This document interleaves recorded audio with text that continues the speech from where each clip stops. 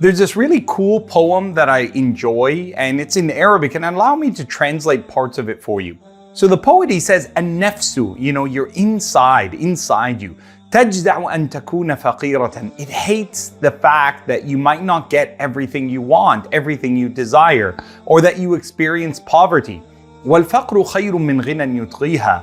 Perhaps not having everything you want is better than having everything you want that allows you to transgress and feel that you have no limits. Whatever I want, I can have at any time.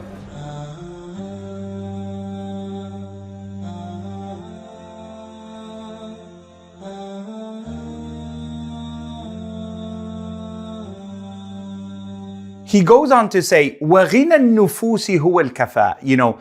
The true enrichment, the true joy, the greatest content you will have in life is to be able to appreciate whatever you have in life to its fullest.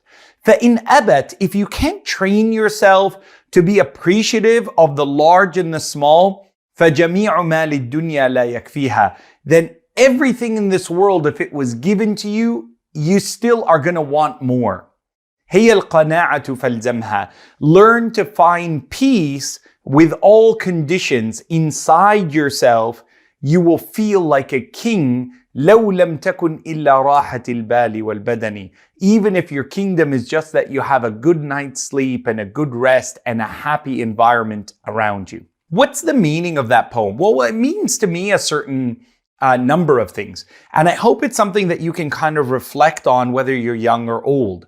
That what are the things that we value so much? They're usually things that other people we assume value. So you want to have something not just because it's going to give you joy, but you want to be able to kind of show other people that you have it. So you're trying to live your life through other people's eyes. So if I got these pair of sneakers or I got these new Jordan 1s, by the way, I love Jordans. I got a few myself. I'm not saying don't have the nice things in life. You got to have nice things in life because that makes you happy as well. But that isn't the secret to happiness. Meaning that if I don't have it, or if something happens to them, or I misplace them or lose them, or I couldn't afford it at a certain period of time, it doesn't mean that I can't find joy in other things. Why? Because I'm not looking at it through other people's eyes who I want to observe me and to judge me as being a little bit higher just because I got that thing. And that comes back to the ego and how we kind of view things in the world. We're going to talk about the ego and its place in making us susceptible or likely to fall into errors and sins.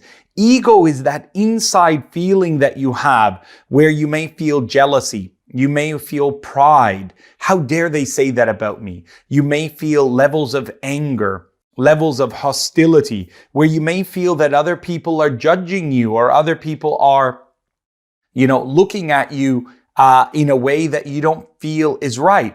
All of those are things that relate to your ego and how you value yourself. And the value you put on yourself, one of the best things that you can do is to strip away as much of it from where you believe other people value you from.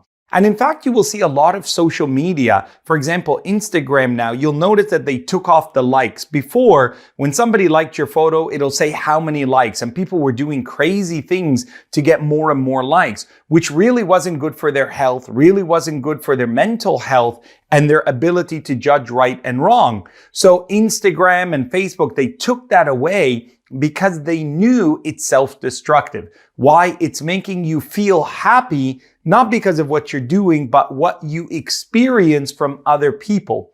And the greatest joy that you will have is being able to enjoy from the inside out. And that's what Islam says. Islam wants us to connect to Allah subhanahu wa ta'ala, that in whatever condition we are, we have rida with Allah.